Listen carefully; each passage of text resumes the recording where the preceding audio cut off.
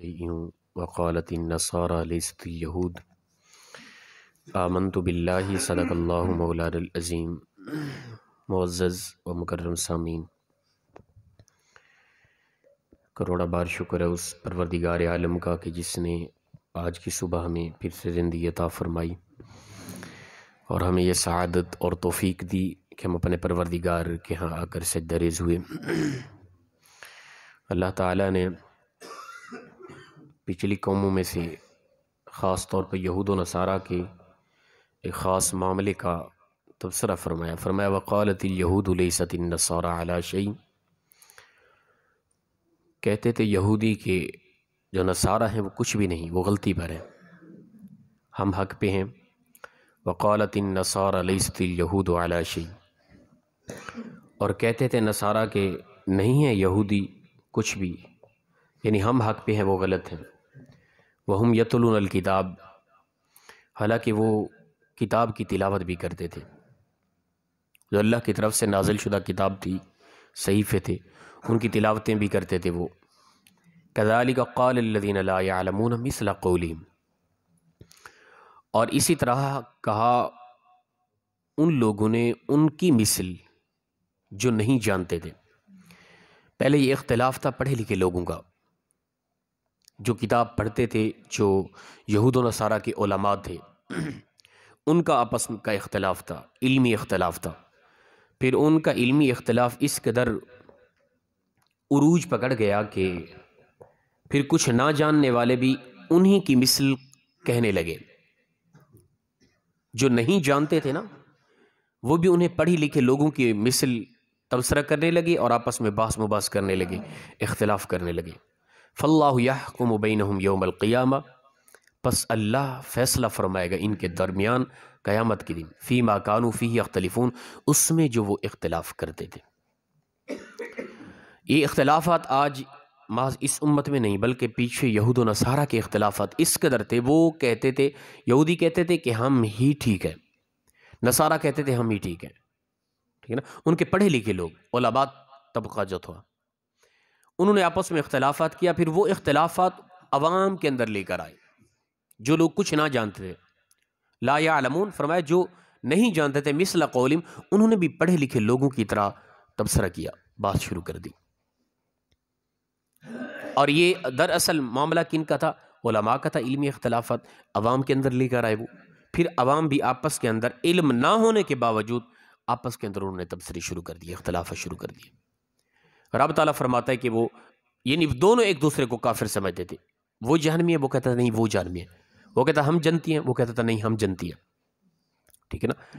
اسی طرح اپنا 7ویں پارے کے اندر اللہ تعالیٰ فرماتا ہے کہ یہودی کہتے تھے کہ حضرت ابراہیم علیہ السلام یہودی تھے، نصارہ کہتے تھے نہیں حضرت ابراہیم علیہ نصارہ تھے، وہ ہم میں سے تھے اور ہمارے نظریات انہی پر ہیں بالکل۔ لیکن رب تعالیٰ فرماتا ہے نہ وہ ان کی طرف تھے نہ وہ ان کی طرف تھے، وہ محض ایک تنہے تنہا مسلمان تھے، اللہ کی طرف انہوں نے رخ کیا ہوا تھا۔ تو یہ اختلافات پچھلی امتوں میں آئے اور ان لوگوں نے علمی اختلافات، پڑھے لکھے لوگوں نے، جو جن کے پاس اللہ کی نازل شدہ کتاب بھی تھی، اس کے باوجود اس قدر اختلافات تھے، اور وہ اختلافات عوام الناس کے اندر لے کر آ گئے۔ اور پھر عوام الناس نے علماء کی طرف آپس میں تبصرے شروع کر دیے، جس طرح کہ آج ہمارے ہاں ہو رہا ہے۔ ایک سادہ سا آدمی ہوگا نا، نماز نہیں پڑھتا ہوگا، قرآن کی تلاوت کا علم نہیں ہوگا بالکل ہی، کسی ایک آیت کا ترجمہ نہیں آتا ہوگا، لیکن اختلافات کے حوالے سے وہ بحث کرتا ہوگا، ٹھیک ہے نا۔ دین کے احکام اعمال کے حوالے سے بالکل وہ دور ہوگا، لیکن اختلاف رکھتا ہوگا ہر ایک کے ساتھ، علماء پر تبصرہ ہو رہا ہوگا، عجیب عجیب باتیں ہو رہی ہوں گی، ٹھیک ہے نا، اور اپنے آپ کو محض ٹھیک سمجھنا، دوسرے کو غلط سمجھ رہا ہوگا۔ اور ہمارے ہاں معاشرے کے اندر تو چھوٹی چھوٹی باتیں، ٹھیک ہے نا، دیکھا کہ فلاں آدمی آیا، وہ کس انداز سے نماز پڑھ رہا ہے، اس کو دیکھ کے بس دل کے اندر سوچ لیا کہ یہ کس حد تک کا مسلمان ہے، ٹھیک ہے نا، سنی ہے کہ نہیں ہے، کس حد تک اسلام سے اس کو خارج کرنا ہے۔ یہ ہمارے ہاں عوام الناس کے اندر یہ تبصرے ہوتے ہیں، اور یہی طریقہ، یہی انداز تھا یہود و نصارہ کا۔ ان کے علماء نے پہلے اختلافات کیے، وہ کتاب کا علم رکھتے تھے، ان کو اپنا آسمان سے نازل شدہ تمام کتابوں کا علم تھا، اور کتابیں تلاوت کرنے کے باوجود انہوں نے اختلافات رکھا، اور پھر وہی اختلافات عوام الناس کے اندر آ گیا۔ پھر عوام کچھ نہ جاننے کے باوجود، اللہ فرماتا ہے کچھ بھی علم ان کو نہ تھا، قال الذین لا یعلمون مثل قولہم، پڑھے لکھے لوگوں کی طرح انہوں نے بھی آپس میں تبصرے شروع کر دیے اور آپس کے اختلاف شروع کر دیے۔ ہمارے ہاں بھی آج اس امت میں اس سے کئی گنا معاملات بڑھ گئے، ٹھیک ہے نا۔ ایک گھر کے اندر دو سگے بھائی اور شرعی طور پہ ان کے اختلافات ہیں، طبیعت مزاج مل نہیں رہا، ایک دوسرے کے یہاں بول چال نہیں ہے شرعی اختلافات کی وجہ سے، حالانکہ انہی کو دیکھیں ممکنہ صورت ہے دونوں بھائی نماز نہ پڑھتے ہو، ممکنہ صورت ہے کبھی انہوں نے قرآن کو اٹھا کے ترجمہ قرآن کا پڑھنے کی کوشش نہ کی ہو، لیکن علمی شرعی اختلافات ہیں۔ ہم دیکھیں گے کہ نماز جنازہ ہوا، کوئی اگر چلا گیا اس نے جنازے کے بعد دعا نہیں مانگی تو وہ سنی نہیں ہے، اگر کسی نے دعا مانگ لی وہ بدعتی ہو گیا ہے، ٹھیک ہے نا۔ کسی نے محفل میلاد کرا لیا وہ پکا بدعتی ہو گیا، کسی نے نہیں کرایا تو وہ گستاخ رسول ہو گیا۔ ہمارے ہاں عوام الناس کے اندر یہ اختلافات ہیں، اندازہ کریں۔ کیا اسلام کا دار و مدار انہی معاملات پر تھا؟ کسی نے اذان سے پہلے درود و سلام پڑھ لیا وہ پکا مشرک ہو گیا، کسی نے نہیں پڑھا تو وہ گستاخ اسلام سے خارج ہو گیا۔ یہ ہمارے ہاں اختلافات ہیں، خدا را ان چیزوں پر اسلام کی کوئی بنیاد نہیں ہے، اسلام نے ان پر تبصرہ ہی نہیں کیا۔ نماز جنازہ کے بعد دعا مانگ لی تو ٹھیک ہے، اللہ سے مانگی، یار کیا ہو گیا، کیوں پریشانی ہو رہی ہے تجھے؟ کسی نے نہیں مانگی تو کوئی لازم و ضروری تو نہ تھا، نماز جنازہ کے اندر بھی دعا مانگی گئی، دونوں ٹھیک ہے، ٹھیک ہے نا۔ لیکن منع کرنے والا غلط ہے اور نہ مانگنے والے پر فتویٰ لگانے والا بھی غلط ہے۔ اذان سے پہلے اگر صلاۃ سلام پڑھا گیا تو اچھا عمل ہے یار، حضور پر درود و سلام پڑھا گیا، کیا ہو گیا؟ کسی نے پڑھ لیا اچھا کیا، کسی نے نہیں پڑھا تو کون سا ضروری تھا یار؟ کوئی حرج نہیں ہے، اگر کسی نے پڑھ لیا اچھا کیا، نہیں پڑھا کوئی حرج نہیں ہے۔ پڑھنے والے پر تبصرے کرنے والا بھی غلط، نہ پڑھنے والے پر تبصرہ کرنے والا بھی غلط، تو پتہ چلا ہم دونوں غلط ہو گئے، ٹھیک ہے نا۔ یہ کوئی اسلام کی بنیاد ان چیزوں پر نہ تھی۔ محفل میلاد حضور کی آمد پر کسی نے ایک محفل کر لی، پروگرام کر لیا، اس کے اندر دین کی باتیں ہوئی، قرآن کی تلاوت ہوئی ہے، ثنا خوانی ہوئی ہے، دین کی باتیں بتائی گئی، حضور کی سیرت و صورت بتائی گئی ہے، اس کے اندر کون سی خطا ہوئی؟ کیا اسلام پر تنقید ہوئی اس پر؟ اور اس پروگرام کے اندر بتائیں اسلام کو کیا نقصان پہنچا؟ آپ اس کو بدعتی کہہ رہے ہیں۔ اور ایک انسان نہیں کر رہا تو کون سا ضروری ہے بھئی اس طرح کی محفل کرنا ہی اسلام کی بنیاد تھی؟ اب جس نے کی اچھا کیا، جو نہیں کر رہا وہ بھی سنی ہے، کوئی حرج نہیں ہے، لیکن جو کرنے والے پر تبصرہ کر رہے ہیں وہ بھی غلط، جو نہ کرنے والے پر تبصرہ کر رہا ہے وہ بھی غلط۔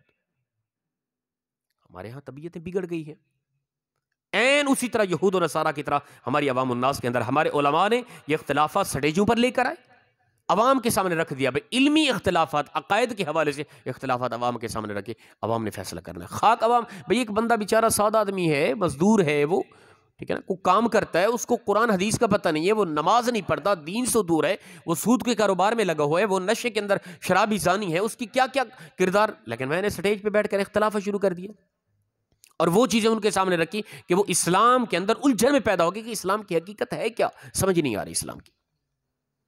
جو سٹیج پر عوام ممبر رسول پر عوام الناس کو سمجھانا تھا، امر بالمعروف نہی عن المنکر، علمی اختلافات علماء کے اپنی حد تک تھے، ٹھیک ہے نا۔ اچھا، بعض ساتھی سمجھتے ہیں کہ حضرت ہمارے خطیب صاحب وہ صلح کلی کے قائل ہیں، ہر ایک کو ٹھیک سمجھتے ہیں، آپ کے علم میں بھی نہیں ہے کہ کس قدر پڑھے لکھے لوگ علماء جو ہیں ہمارے، ان کے ساتھ ہمارے اختلافات ہیں، اور علمی اختلاف علماء کی شان ہوتی ہے، یاد رکھیں، علمی اختلاف، جتنا بھی پڑھے لکھے میرے اساتذہ ہیں ان کے ساتھ میری بات ہوتی رہتی ہے۔ آپ مت سمجھے کہ میں صلح کلی ہر ایک کو ٹھیک نہیں، جو غلطی پہ اس کو غلطی پہ سمجھتا ہوں، لیکن وہ علمی اختلافات عوام کے سامنے رکھنا یہ عجیب ہے۔ یہ اختلافات ہیں ہی نہیں، چھوٹے چھوٹے، جو اذان سے پہلے درود السلام پڑھا کہ نہ پڑھا، دعا بعد نماز جنازہ ہے کہ نہیں ہے، محفل میلاد کرنا ہے کہ نہیں کرنا، 11ویں شریف کی محفل کرنی ہے کہ نہیں کرنی، اپنا کل شریف اپنا قرآن خوانی کرنی ہے کہ نہیں، یہ اختلافات ہیں ہی نہیں۔ کرو نہ کرو کوئی مسئلہ نہیں ہے، کرو اچھا ہے، نہ کرو کوئی حرج نہیں ہے، لیکن ہم انہی اختلافات میں آ کے پتہ نہیں کیا کچھ سمجھ بیٹھے۔ تو یاد رکھیں، علمی اختلافات علماء کے ساتھ، پڑھے لکھے طبقے کے ساتھ، ایک فاضل آدمی ہے وہ میرے سامنے، وہ بات چیت کرے، ہمارے علمی اختلافات ہوں گے، بعض اوقات عقائد میں اختلافات ہیں، تو ان کے ساتھ تبصرہ کرنا کوئی بات بنتی بھی ہے، لیکن وہی اختلافات میں یہاں بیٹھ کے ایک آدمی اب اس وقت مثال کے طور پہ آج اٹھا، وہ صبح کی نماز پہ آ گیا، اس بیچارے کی تو مت ماری گئی نا، وہ ایسی الجھن میں پیدا ہو گیا کہ حضرت نے صبح درس ہی ایسا دیا کہ سمجھ نہیں آ رہی اسلام کیا ہے۔ وہ کہتے ہیں ہم حق پہ، باقی ساروں کو اس نے اسلام سے خارج کر دیا، فلاں کی طرف نہ جائیں، فلاں کی طرف نہ جائیں، اور فلاں فلاں ہماری طرف نہ آئیں۔ وہ بیچارہ وہ آئندہ کے لیے نماز پہ تو نہیں آئے گا نا۔ تو ہم کہتے ہیں یہ اختلافات عوام الناس ختم کرے، محبت سے پیش آؤ ایک دوسرے کے یہاں۔ کوئی کسی طرح نماز پڑھ رہا ہے تو دیکھو وہ فرائض میں اختلافات نہیں کر رہا۔ نماز کے فرائض کتنے آپ کے علم ہے، بار بار بتایا ہے، ٹھیک ہے۔ تکبیر تحریمہ اس نے کہہ دی، ہاتھ اٹھانا کوئی فرض نہیں، ہاتھ باندھنا کوئی لازم ضروری نہیں ہے، کہاں تک ہاتھ اٹھائے یہ سنت طریقہ ہے، کہاں ہاتھ باندھے، کس طرح باندھے، ہاتھ چھوڑے، یہ اس پر اسلام نے ڈسکس کی ہی نہیں ہے، جس پر ہم تبصرہ کر کے اسلام سے ایک دوسرے کو خارج کر رہے ہیں۔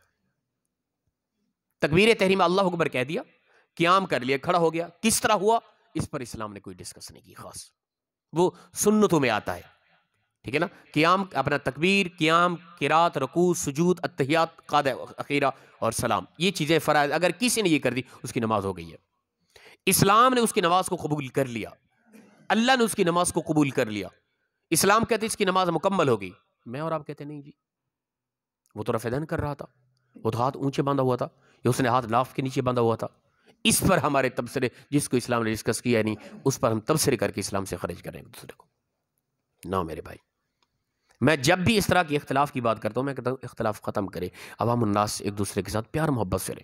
کوئی کسی، اگر آپ کے اندر ہمت ہے، ٹھیک ہے نا، آپ دیکھ رہے ہیں کہ فلاں انسان غلطی بھی ہے اسلام کے حوالے سے، جتنا بھی معاملات اس کے اندر ہے وہ غلط ہے، آپ تو ٹھیک ہے نا، آپ کے پاس پھر علم بھی ہے، دلائل بھی ہے، کیونکہ آپ سمجھ رہے ہیں نا وہ غلط ہے، اس کو ٹھیک کریں۔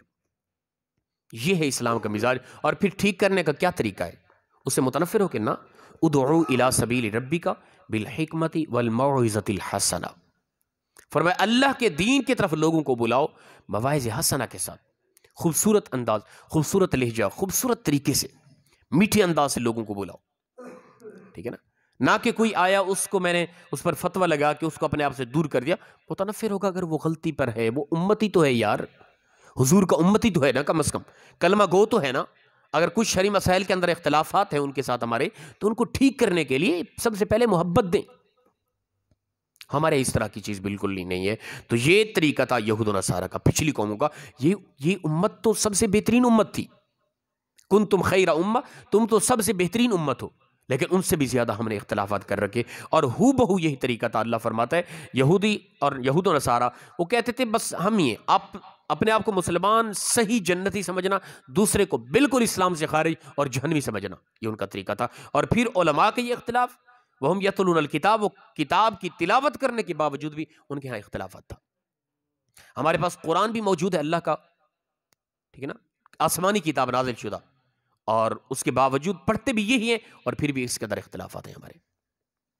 لیکن وہی اختلافات ہمارے ہاں یہود و نصارہ کی طرح عوام الناس کے اندر آگے۔ اللہ فرماتا ہے قال الذین لا یعلمون مثل قولہم، پھر انہی کی مثل ان لوگوں نے تبصرہ کیا جو کچھ بھی نہیں جانتے تھے، علم نہ تھا، انہی کی مثل انہوں نے اختلافات کی۔ تو ہمارے ہاں بالکل وہی پایا جا رہا ہے، فاللہ یحکم بینہم یوم القیامہ، اللہ قیامت کے دن ان کے اختلافات کے اندر فیصلہ کرے گا۔ جو اختلافات رکھتے ہیں نا، اللہ ہی فیصلہ کرے گا کہ دنیا کے اندر تم آپس میں کیا کیا تبصرہ کرتے رہے۔ تو اختلافات کو ختم کرنا چاہیں تو اللہ کا یہ قرآن ہمارے پاس موجود ہے، حضور کا صحیح فرمان ہمارے پاس موجود ہے۔